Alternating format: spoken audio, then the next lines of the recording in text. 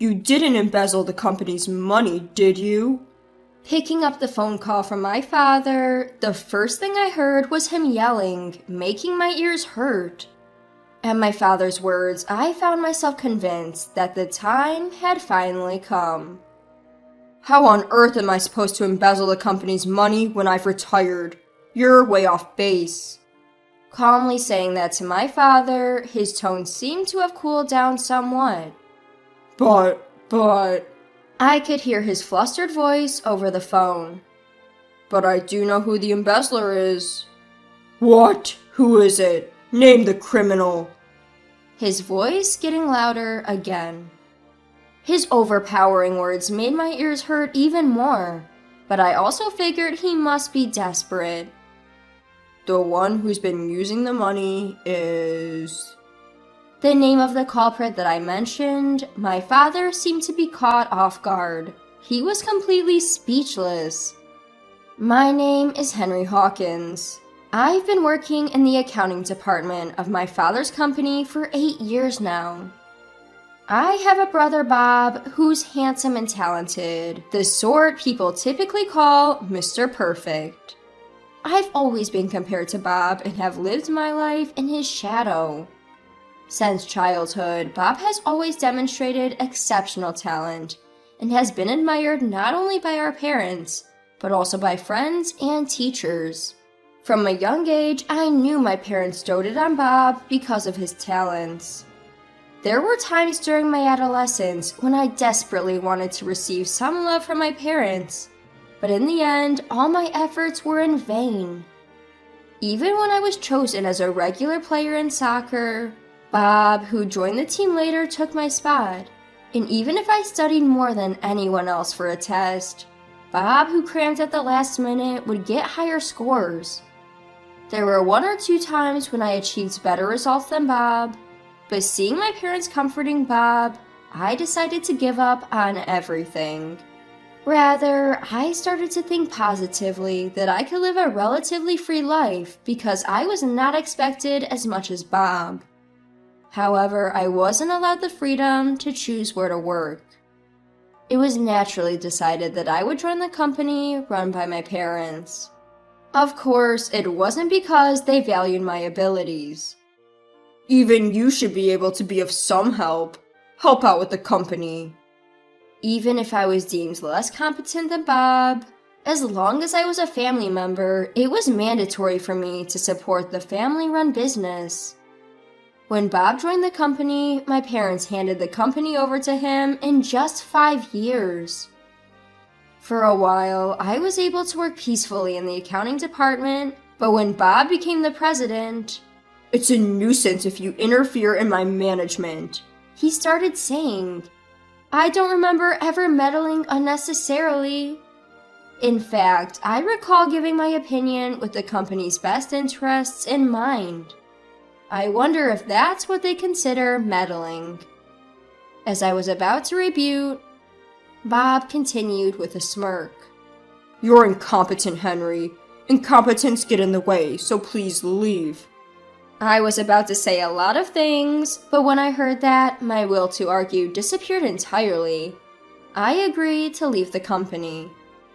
I'm relieved you understand your own incompetence, Henry." As I packed up my things, Bob teased me until the very end. Being a CEO seems to be quite a leisurely job. "You're the one who said I should leave. Once I do, never get involved with me again." Of course. I'm the one who is saying no to you. Don't come crying to me when you're in a financial pinch, Henry." Bob replied with a broad smile.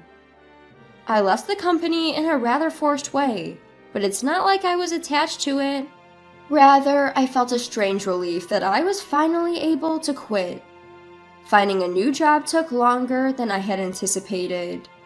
I suspect Bob had probably been putting pressure on related companies. It was hard and took time, but I still managed to find a job that I was satisfied with. It's not a big company, but the people are warm and kind. No one looks at me as an inferior elder brother, as they did in my previous company. Have you gotten used to the work? A woman peered into my face as I faced the computer, showing a kindly smile. She is Sonia Smith, the CEO's daughter of this company. When you hear the term CEO's daughter, you might think of someone arrogant and pampered, but she is not like that at all. Although it's clear that she is doted on by the CEO, she is considerate and caring, even worried about me who just started working here. Yes, thanks to you. With a smile, the released-looking Sonia moved away from me and went back to her seat. Thanks to Sonia's care, I was able to get along with my colleagues quickly. And by the time a few months had passed since I switched jobs, my relationship with Sonia as an individual had also deepened. If we finish work at the same time, we often have dinner at a nearby restaurant. There were no such interactions at my father's company, and I found it refreshing. One day, as I was enjoying my current work life, I received a call on my smartphone from a man I had thought I'd forgotten about. That day, I had unusually finished work early, so I was thinking of heading home quickly to rest. Just as I returned home, my smartphone rang. I tensed up momentarily thinking it was a call from the office, but when I saw Bob's name on display, I felt drained. I contemplated not answering the call, but it showed no signs of stopping. It seems like he would immediately call back even if I hung up, so reluctantly, I decided to answer the call. Hello, brother. You're slow to answer, aren't you? Are you managing well with that attitude? Bob was as usual, and I could tell he was lounging around even on the other end of the phone. What do you want? I was eager to end the call quickly, so I asked him directly what he wanted. Why would he bother to call me, from whom he had supposedly cut ties? There's a woman named Sonia Smith at your company, isn't there? I lost my voice for a moment. I happened to meet her at a party I attended the other day. After talking to her, I found her to be a modest and good lady, so I thought I'd like to get closer to her. His voice over the phone was pretending to be calm, but he must be smirking disgustingly. I couldn't see it over the phone, but I could easily imagine it. Don't tell me you're asking me to mediate between you two. You're surprisingly perceptive, brother. That's helpful. I felt an impulsive urge to hang up the phone right then. But somehow I held back, took a deep breath, and opened my mouth calmly. Didn't you have a girlfriend who was a daughter of a company president? I remembered that when I was working at another company, at the same time as I helped Bob become president, he was engaged to the daughter of a collaborating company. I hadn't talked to her, but as far as I heard, she seemed to have a personality that suited Bob. As much as Bob was adored, I couldn't believe that his father would approve of him having two girlfriends at the same time. When I asked him this, Bob began to talk in a wary tone. That woman. Her company's in financial trouble. I broke up with her because I don't want her to cause trouble for me. It was a typical story for Bob. Despite being engaged, he cut off the relationship cleanly because she was in financial difficulties, which can be said to a proper understanding of a political marriage in a way. But it was something I absolutely could not cooperate with. Even though we're in the same company, she is the president's daughter. She's not someone I can casually talk to. It's impossible for me to mediate for you. In fact, we met face to face every day, and we even go out to eat several times a week. But if I told Bob this, I could only foresee trouble in the future. So I decided to refuse by making up some excuses. Well, that makes sense.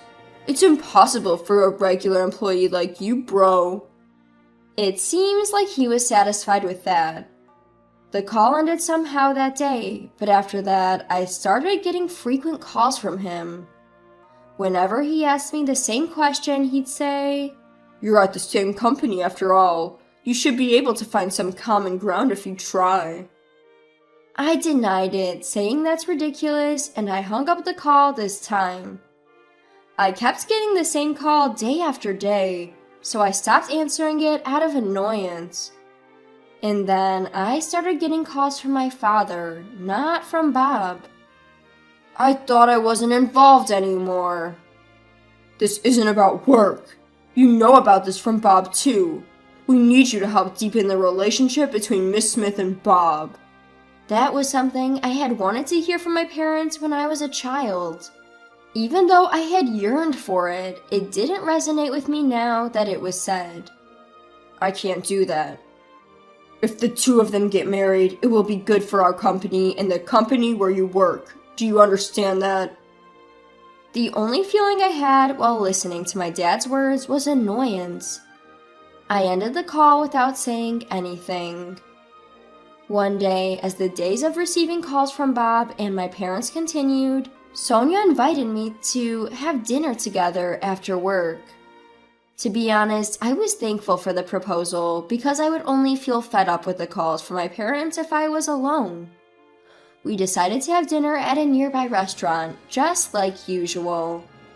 As soon as the food was served, Sonia opened her mouth with a troubled look. "Have you been in touch with your brother lately?" I had previously told Sonia about my family and why I changed jobs. So, even though she knew I wasn't on good terms with my brother, I had a bad feeling when she suddenly asked me that. Did my brother do something? Well, yeah. Sonia didn't deny it. I guess there must have been an opportunity, as Bob had mentioned that they had met at a party before. I felt somewhat uncomfortable hearing that, but that's not the issue right now. Since he calls me his own brother every day and annoys me, he might be doing something disrespectful to Sonia.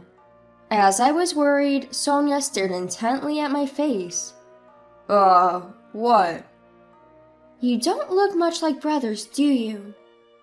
These words of Sonia bring back memories of my childhood.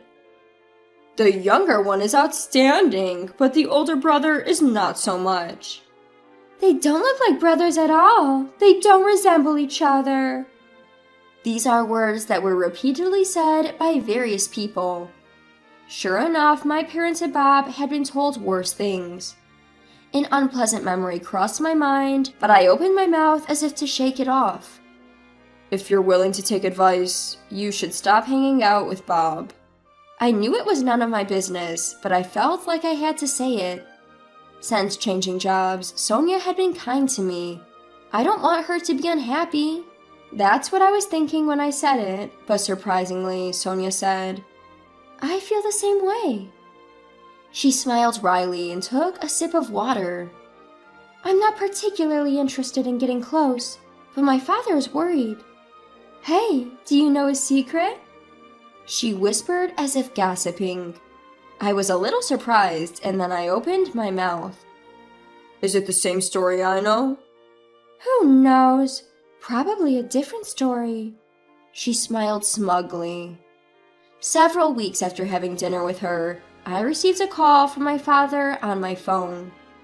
There used to be frequent contacts, but recently it's been quiet. Surely he must have been too busy to deal with someone like me. "Hello, Dad. I can't mediate." "That's not why I called today. You haven't embezzled money from our company, have you?" I didn't expect to be shouted at right off the bat, and the sudden yelling hurt my ears. For a moment, I thought about shouting back, but apparently that's not the situation. Understanding my father's words, I realized that it's finally time. "How could I, who have resigned, embezzle company money? That's a ridiculous accusation." "Well, but..." His voice is flustered on the phone as he calms down a bit. I sighed heavily. But I know who the embezzler is." "What? Who is it?" The volume of my father's voice rises as he demands the culprit's name. His commanding tone makes my ears ache even more, but I guess I just don't have the luxury to worry about that. I think it may be too late, even if the perpetrator is identified now, but still, I name the culprit. The one who's been dipping into the funds is Bob. "What did you say?" When I uttered Bob's name, my father was completely speechless. as if he hadn't anticipated this at all. It's not surprising. He chose the younger son, Bob, who is more competent over the older son, to be the CEO of the company, never expecting that Bob would be embezzling company funds. I became aware of this fact when I was still working in the accounting department.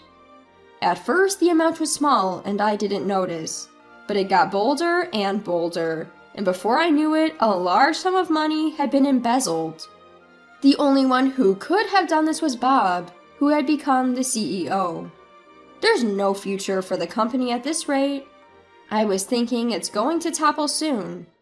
Probably Bob has realized that I know about his embezzlement. That's why he made me quit quickly. It might be hard to believe, but if you look at the accounting documents I left, you'll understand immediately. Do you want to see the evidence I have? I promised to sever ties, but I didn't know what's going to happen after I left the company. That's why I kept a copy of the evidence I had collected. My father, who had just uttered the words, "I can't believe it," fell silent at my words. But the story isn't over yet. And the money he embezzled is being used for an affair with some married woman. A married woman? My father's voice, more than surprised, sounded utterly exhausted. This was news to me too. It was found out by the CEO, who loves his daughter and was angry at Bob, who was always around Sonia. Sonia told me about it when we went out for dinner. At this rate, the company is going to go bankrupt. It might be the first time I've heard such a weak voice from my father. I was just silently listening. Can you help me out with some funds? Can you talk to the president of your company for me? If we can form a partnership with the Smith Group, we can turn our company around. My father yelled out as if he had come up with a brilliant idea. In reality, I do think that's the only way to save the company. But facing my father asking for help for the first time over the phone, I felt terribly indifferent. I'm sorry, but I can't. I've already severed ties with you all. What? You? I cut off the phone call before my father could finish his sentence. My father called me many times after that, but I blocked my parents' and Bob's numbers, finally freeing myself from the constraints of my family. It felt even better than I had imagined. In the end, it seems that Bob went bankrupt not long after that. He was left with debts. My parents and Bob, who had treated me as incompetent, are now being chased for repayment. Do you ever worry about your family? Sonia asked me curiously as we ate pasta together after work. Since that incident, I feel that I have gotten even closer to Sonia. Now we're together almost every day. Thinking that I too need to muster up some courage soon, I replied, "No, I'm fine." I'm relieved to hear that. Sonia showed a relieved expression, then smiled. I'm really glad you're nothing like your brother. What do you mean by that? As I stopped to drink some water and asked Sonia, she showed a mischievous grin. It means you're not like him. Realizing that I'm not hurt by her words anymore, I was taken aback. It's a secret. She laughed, looking very happy. Watching Sonia like that, I felt an even stronger desire to spend more time with her. To protect my current company and Sonia, I'll continue to work hard. With that, I made a firm resolve.